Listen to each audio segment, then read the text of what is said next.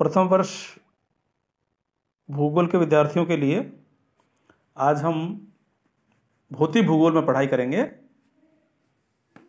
हिमनद की स्थलाकृतियाँ। अंग्रेजी में कहते हैं ग्लेशियल टोपोग्राफी। तो विद्यार्थियों, हवा का तापमान 0 डिग्री सेल्सियस से नीचे अगर चला जाए तो हवा में जो जलवाष्प होती है वो ठोस होने लग जाती है। पहले तो छोटे छोटे क्रिस्टल में बदलती है, और अगर हवा शांत है, तापमान नीचे है, तो ये आकार बड़ा कर लेती है, अपना हिमतूल बना लेती है अपना आपका। और इन क्रिस्टलों के हिमतूल को तुषार कहते हैं। वायु भरी होती है इनके अंदर, सूर्य की किरणें इसमें शोषित नहीं होती और परावर्तित हो जाती हैं, तो इसलिए ये तुषार है वो सफ़ेद और चमकदार दिखाई देता है। धीरे धीरे ये जो छोटे छोटे कण हैं ये गोल दोनों तरह से परिवर्तित होने लग जाते हैं, और जब इसका आपेक्षिक घनत्व बढ़ जाता है तो तुषार बन जाती है हिम, यानी कि आइस। और तुषार और हिम के बीच में जो स्थिति है उसे नेवे कहते हैं।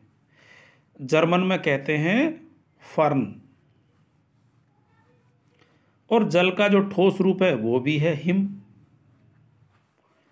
अब हिम भारी मात्रा में जब ढालू धरातल पर हो तो गुरुत्वाकर्षण के प्रभाव से खिसक करके आगे चल पड़ती है नदी की तरह से। इसी को हिमनद कहते हैं, यानी हिम की नदी। हिम की नदी यानी हिम क्षेत्र में और उच्च पर्वतीय भागों में, उच्च अक्षांशों में, यहाँ पर हिमयुगों का विस्तार होता है। अब अभी तक 3 हिमयुग तो आ चुके हैं। इनमें से जो अंतिम जो हिमनद है उसे कहते हैं प्लीस्टोसीन हिमयुग, यानी प्लीस्टोसीन समय में वो आया था। अब जानते हैं हम हिमनद को। देखिए, हिम कोमल है, ठोस है, दोनों चीज़ें इसकी होती हैं। अब यदि ऊंचाई 60 से 90 मीटर की हो जाए तो नीचे के जो हिमकण हैं वे विकृत होने लगते हैं, और बाहर और नीचे कड़े एक द्रव के रूप में ये बहने लग जाते हैं। जब हिम की जो मोटाई बढ़ जाती है तो इसके बहते समय जो आपेक्षिक घनत्व है वो भी ज़्यादा हो जाता है, और जो तलहटी है वो कायांतरित शैल बन जाती है। अब हिम क्षेत्रों में गुरुत्वाकर्षण और भार, इसके कारण से ढाल के अनुसार जो राशि खिसकती है उसे हिमानी कहते हैं। हिमानी को बर्फ की चादर रूपी नदी माना गया। वर्सेस्टर ने क्या कहा? हिमानी हिम की राशि है। हिम की राशि है जो धरातल पर इसके संचयन के स्थान से धीरे धीरे खिसकती रहती है। और हिम क्षेत्र स्थायी हिम का प्रदेश है जो केवल पर्वतों में, उच्च अक्षांशों में निम्न तापमान के कारण मिलता है। हिम क्षेत्र की निचली सीमा को कहते हैं हिम रेखा, यानी स्नो लाइन। और हिम रेखा वह तल या स्तर है जिसके ऊपर हमेशा हिम जमी रहती है, यानी बर्फ जमी रहती है। ये अलग अलग धरातल में ये इसकी ऊंचाई अक्षांश के अनुसार अलग अलग है। हिमरेखा उच्च अक्षांशों में किसी भी ऊंचाई पर मिल जाएगी और पर्याप्त ऊंचाई पर किसी भी अक्षांश में मिल जाएगी। विषुवत वृत्त पर देखें तो हिमरेखा 5500 मीटर पर जाके मिलेगी। हिमालय में देखें तो 4500 मीटर पर मिलेगी। आल्प्स में देखें तो 3000 मीटर में मिल जाएगी, और ग्रीनलैंड में सिर्फ 650 मीटर पर मिल जाएगी। और ध्रुवों पर देखें तो सागर तल पर मिल जाएगी, यानी बिल्कुल नीचे। इस तरह से इसकी स्थिति होती है। अब इसके प्रकार देखते हैं, हिमनद के प्रकार। पहला है पर्वतीय हिमनद, घाटी हिमनद। ऊंचे पर्वतों पर हिम क्षेत्र से ढाल के सहारे गुरुत्व के कारण नीचे की ओर हिमराशि बहने लग जाती है, जिसे पर्वतीय हिमानी या घाटी हिमानी कहते हैं। दूसरी है पर्वतपदीय या गिरिपद हिमानी। तीसरी है महाद्वीपीय हिमानी, इसमें अधिक हिमवृष्टि होती है, उन इलाकों में है ये।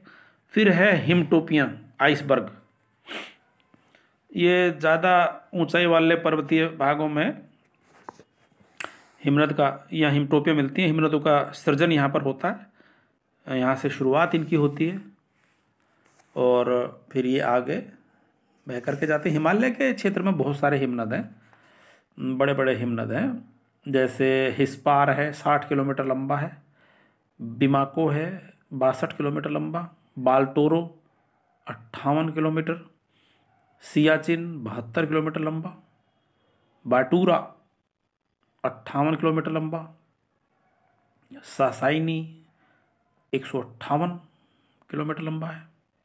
बहुत सारे इस प्रकार के हिमनद मिलते हैं।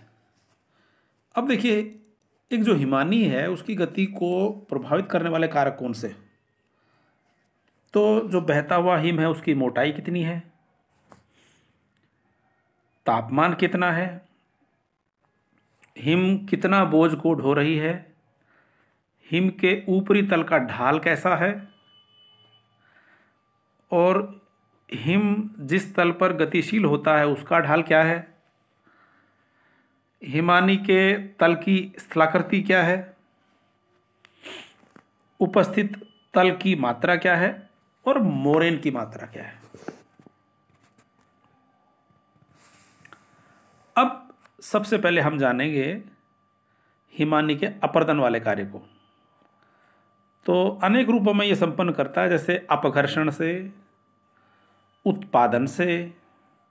यदि हिमनद का हिम शुद्ध है तो उसमें अपर्दन की शक्ति ना के बराबर। हिमनद अपर्दन का एक सक्रिय कारक हो जाता है। ये पदार्थ अपर्दन के यंत्र होते हैं और हिमनद अपनी घाटी की तली और किनारों को अपारित करता है, काटता रहता है अपघर्षण करके। कंकड़ पत्थर ये यंत्र की तरह से काम करते हैं। ये हिमनदों की घाटी की तली को, किनारों को घिस के चिकना करते रहते हैं, खुरचते हुए चलते हैं। फिर हिमनद की बर्फ में सामान्य जो हिमोड़ हैं, मोरैन कहते हैं, ये बहुत बड़ी मात्रा होती है। इनमें शैलखंडों के बारीक टुकड़ों से लेके भीमकाय गोलाश्म तक हमें मिलते हैं। इस पदार्थ का बहुत सारा जो भाग है उस घाटी तल या क्षेत्रीय तल से आता है जिस पर बर्फ चलता है। घाटी हिमनद और अल्पाइन हिमनद शैल मलबा उस पदार्थ से भी मिलता है जो घाटी की दीवारों से खिसक खिसक के आता है या चट्टानों के टूट टूट कर गिरने से लुढ़क कर आता रहता है। तो इस शैल मलबे और हिमोड़ को औजारों की तरह प्रयोग करते हुए ग्लेशियर में अपर्दन का कार्य करने की बड़ी भारी क्षमता आ जाती है। ये 3 तरह के अपर्दन करता है। एक तो है उत्पाटन यानी प्लकिंग। ये बहन करती हुई हिम अपने आधार शैल के उन ब्लॉकों को उखाड़ उखाड़ कर मलबे में शामिल कर लेती है और इस प्रकार से विस्थापन और परिवहन होता है। फिर है दूसरा अपघर्षण। हिम नदी के मलबे के अंदर जो शैलखंड और पत्थर के नुकीले टुकड़े हैं वे हिमनद की तली और पार्श्व को खुरचते हुए अपघर्षित करते हुए चलते हैं। इस प्रकार से अपर्दन होता है। और बर्फ के विभिन्न तापक्रम हैं। उसकी कठोरता को मापने के लिए मोहज मापक्रम बनाया गया है इसका उपयोग करके। तो हिम के तापमान में -30 डिग्री सेल्सियस से ज़्यादा अगर गिरावट आ जाती है तो बहुत ज़्यादा ठंडा हो गया, तो इसकी कठोरता में वृद्धि हो जाती है और ये शैल परतों को खुरचने और घर्षित करने की क्षमता भी इनकी बढ़ जाती है। और ग्लेशियर में केवल हिम के द्वारा ही नहीं बल्कि जो शैलखंड है उसके द्वारा भी अपघर्षण होता है। और तीसरा है प्रसर्पण। इस प्रक्रिया में हिमानी अपने अवशिष्ट मलबे की सफाई कर देती है। तो इस प्रकार से यह हिमानी का हुआ अपर्दन वाला कार्य। दूसरा है इसका परिवहन वाला कार्य, यानी ट्रांसपोर्टेशन करना। ग्लेशियर जो है वो शैल मलबा हिम के अंदर, हिम के नीचे भर के ले जाता है और घाटी हिमनद और तलछटीय भार का ये अपक्षयण और वृहत क्षरण होने के कारण प्राप्त करता है। ये चलते हुए तलछट को अपने साथ लेकर के जाते हैं। उच्च भूमि से मलबा लिया जाता है और नीचे संचय कर लिया जाता है। अब ये हिमनद परिवहन किए गए शैलखंडों में कोई कोई तो शिलाखंड बहुत बड़े बड़े विशालकाय होते हैं, क्योंकि हिमानी में इतनी शक्ति होती है कि वो सरलता से छोटे शैलखंडों को अपने साथ ले जाती है। गोलाशों का भी परिवहन कर सकती है, शैल चूर्ण की बड़ी मात्रा का परिवहन कर सकती है। और जो एक सक्रिय हिमनद है उसमें ब्लॉक, गोलाश, शैलखंड, शैलचूर्ण ये सभी साथ में चलता है, आगे की ओर गतिशील रहता है, चाहे तापक्रम के ऊंचा होने के कारण हिम नदी का अंतिम सिरा पीछे की तरफ हटता रहे, इसके बाद भी ये साथ लेकर के चलती है। और हिमनद के अंदर शैलखंडों से अंतर हिमानी अपोढ़ निर्मित होता है। किसी ग्लेशियर के ऊपरी तल पर ले जाए जा रहे गोलाश्मों के द्वारा उनके नीचे की हिम जो है वो बर्फ पीठिका कहलाती है, और जो हिमनद टेबल द्वारा छत्रित होते हैं, दीर्घ स्थायी हो सकते हैं, इनसे गर्त भी बन जाते हैं और इसे धूलि गर्त कहते हैं। धूलि गर्त हिमनदों के द्वारा परिवहन करने से गर्त बनते हैं ऊर्ध्वाधर, इन्हें कहते हैं हिमानी कूप गहवार, हिमनद मिल। अब देखिए इसका निक्षेपण का कार्य। निक्षेपण का कार्य होता है परिवहन और निक्षेपण। ये अपने एकत्रित किए हुए अपोढ़ के कुछ भाग को जो टिल कहलाता है, टिल क्या है, ये संचित पुंज होता है जो बिना किसी क्रम के संचित रहता है। उसमें ऐसा स्तरीकरण और छांट का काम होता नहीं है जिसके लिए जल की आवश्यकता होती है। और हिम के छिलने के बाद पिछले हुए जो जल की सरिता है वो मलबे को छांट देती है, उसका स्तरीकरण भी हो जाता है। अब मोरिन के जो प्रकार है उनका नामकरण भी हिमनद के सापेक्ष में किया जाता है। अब देखिए स्थलाकृतियों के बारे में जानेंगे। अब हिमनद से अपर्दन से कौन कौन सी स्थलाकृतियां बनती हैं। सबसे पहले हिमानीकृत घाटियां। ज़्यादातर विद्वानों का मत है कि हिमानी अपने आप घाटी नहीं बनाती, बल्कि पहले की नदी घाटी का ही अपर्दन करती है और रूप बदल देती है। इसके द्वारा यू आकार की घाटी बन जाती है और लटकती घाटी बन जाती है। अब देखिए यू आकार की घाटी, तो हिमानीकृत घाटी तो होती है यू आकार की, तली इसकी सपाट चौरस, किनारे इसके खड़े ढाल वाले होते हैं। और ये जो हिमानी है वो पूर्व निर्मित घाटियों में बह कर के चौड़ा और चिकना उसको बनाती है, मलबे का निक्षेप भी इसमें मिल जाता है। फिर है लटकती घाटी। जो मुख्य घाटी तो होती है गहरी यू आकार की, और इसमें मिलने वाली जो सहायक हिमनदी है उसका तल मुख्य घाटी से ऊंचा होता है। ऐसे में सहायक घाटियाँ मुख्य घाटी पर लटकती हुई दिखती हैं, इसलिए इन्हें लटकती घाटी कहा जाता है। हिम के पिघलने से जलप्रपात बन जाता है, तो इसको कहते हैं प्रपात घाटी। प्रपात घाटी बहुत जगहों पर इनसे जल विद्युत भी बनाई जाती है, ये यूरोप के देशों की ज़्यादातर। फिर है सर्क या हिमगार। हिमानी के अपर्दन कार्यों में पर्वतीय भागों में सबसे ज़्यादा महत्वपूर्ण है सर्क। यह अपवर्ती भागों में हिमनद के उतरने से अपघर्षण की क्रिया द्वारा सतह पर कहीं कहीं गड्ढों का निर्माण होता है, और इन गड्ढों के क्रमशः आकार विस्तार के कारण आराम कुर्सी जैसी आकृति बन जाती है। जैसे आराम कुर्सी होती है वैसी बन जाती है। ये हिम पूर्ण गर्त होते हैं, इन्हें हिमगर्त हिमगहार कहते हैं। जर्मनी में कहते हैं कार, और वेल्स में कहते हैं सिम, स्कॉटलैंड में कहते हैं कोरी, और नॉर्वे में कहते हैं बोटन। अब जब आधारी खनन होता है, यानी नीचे से उसका खनन हो रहा है, तो विदर का विस्तार होने लग जाता है, और ये जो विस्तृत विदर है इसे कहते हैं बर्ग श्रंड। बर्ग श्रंड। और हिमानी घाटी के शीर्ष पर अर्धगोलाकार विशाल गर्त बन जाता है, उसे सर्क कहते हैं। इसके किनारे खड़े ढाल वाले होते हैं। सर्क में जब पानी भर जाता है तो उस झील को कहते हैं टार्न।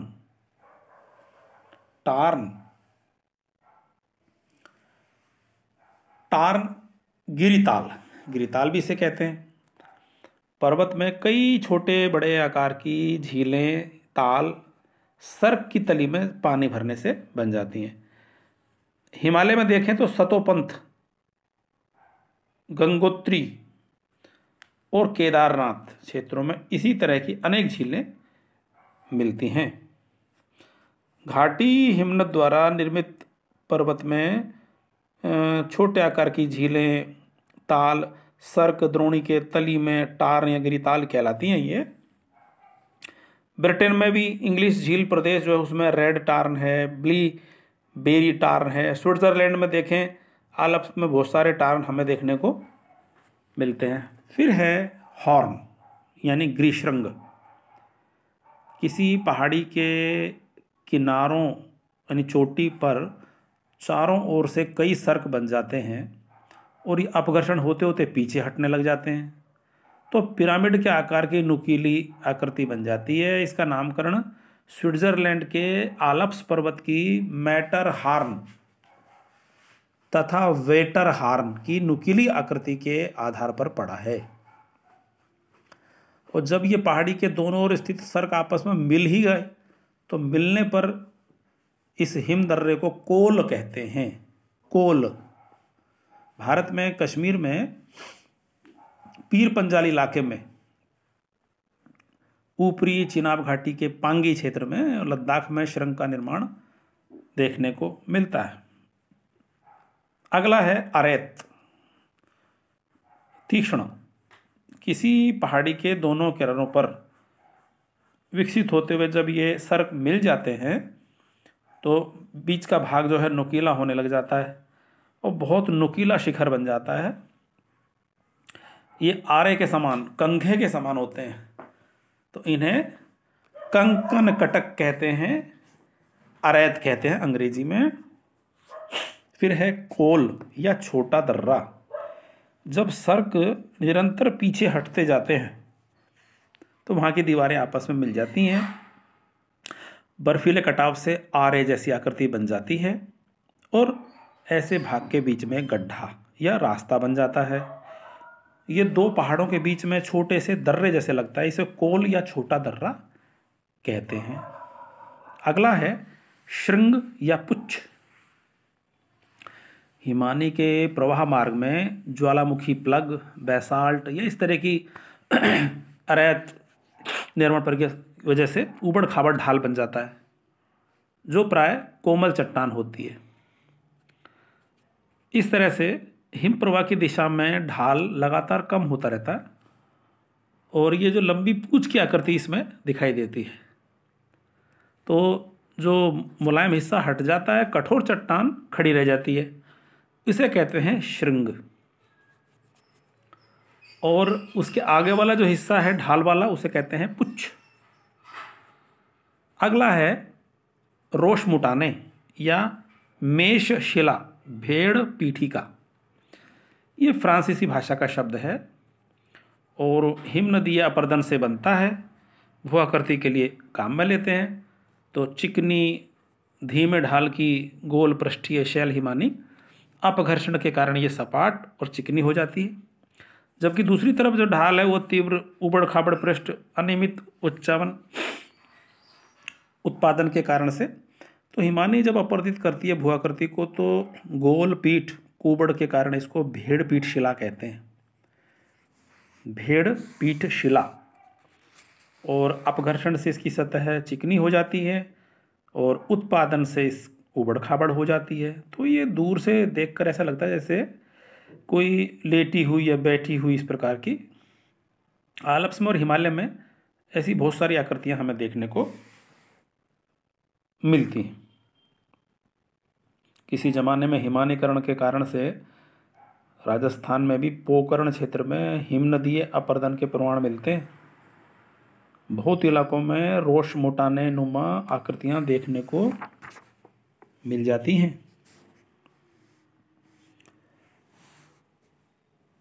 इस प्रकार से कुछ हमने हिम नदीय शिलाकृतियों का आज अध्ययन किया। शेष शिलाकृतियों का अध्ययन अगली कक्षा में करेंगे।